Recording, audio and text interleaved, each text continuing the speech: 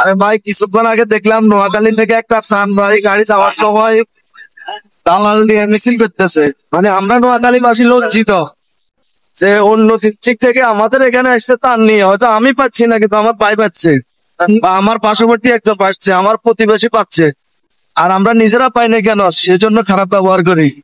এটার চেয়ে বড় লজ্জা আর কি হতে পারে?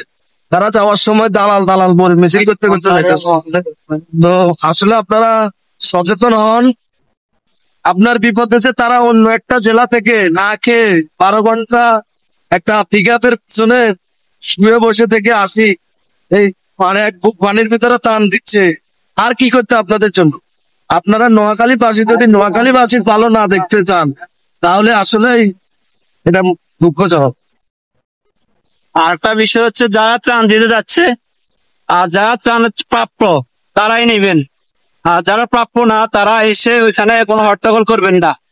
বিশেষ করে এই জিনিসটা মাথায় রাখবেন যে আমার পাশে এই লোকটা অনাহারে আছে, এর প্রয়োজন, ত্রাণটা এরে দিলে মনে হয় ভালো হবে, উপকার হবে, এর 2টা দিন ভালো যাবে, সেই আসবেন ত্রাণ নিতে। অন্যথায় অন্য লোক এসে এখানে ঝামেলা করাটা ভালো না। এতটুকু। আপনি বাইরের অঞ্চল থেকে আগত ভাইদেরকে পথ দেখিয়ে দেন, কোন জায়গা দিয়ে কোন বাড়িতে যাইতে হবে, তাদের বাড়ির প্রবেশ পথ কোন দিকে, কারণ তারা তো কিছু চিনে না। আর তার চেয়ে বড় কথা হলো সব থেকে পানি। আপনারা তাদেরকে পথ দেখিয়ে দেন। কি দরকার আপনারা ত্রাণের প্যাকেটটা নিজ হাতে দিয়ে নিজের ক্যাডেট নেওয়ার চিন্তা করার? দলমত নির্বিশেষে ভাই আসেন, সবাই সবাই পাশে দাঁড়ান।